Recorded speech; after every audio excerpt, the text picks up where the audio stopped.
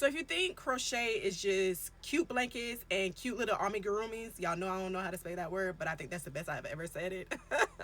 But anyways, think again, because baby, each stitch holds a secret. So imagine a fishing village on a wide-swept coast, where men would leave their wives and families for days, months, and sometimes they would never come back. And before they would leave, their wives, their sisters, even their mothers would knit them sweaters.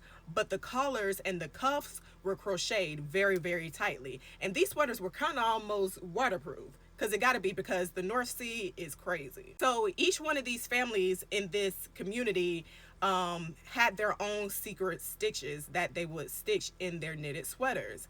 No two families had the same type of stitches, and it carried a message. The combination of the knots, the cables, and the stitches were only theirs, and it belonged to them. And this is sad and grim, but it's true.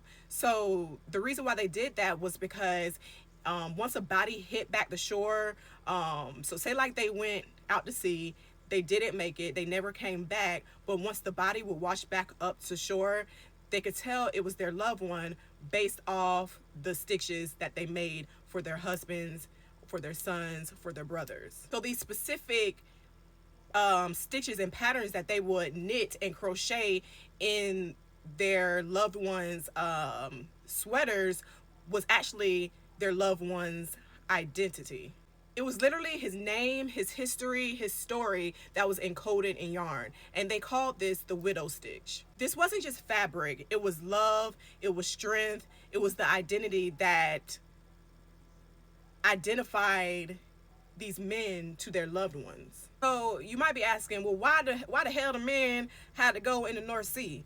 Well, back then in the 1900s, like, the North Sea was like the Wild West, and this was during the Industrial Food Revolution. So this is how they got their food. This is how they went to other places to get things like food, of course, silver, and it was all about survival. Like in every single story I tell y'all, crochet, knitting, it all had to do with survival, and that's how they supported their family. It's honestly so many reasons that's tied to this one story, but I just summed it up for you guys. It's a sad story, but it's a true story, and it just is what it is, you guys.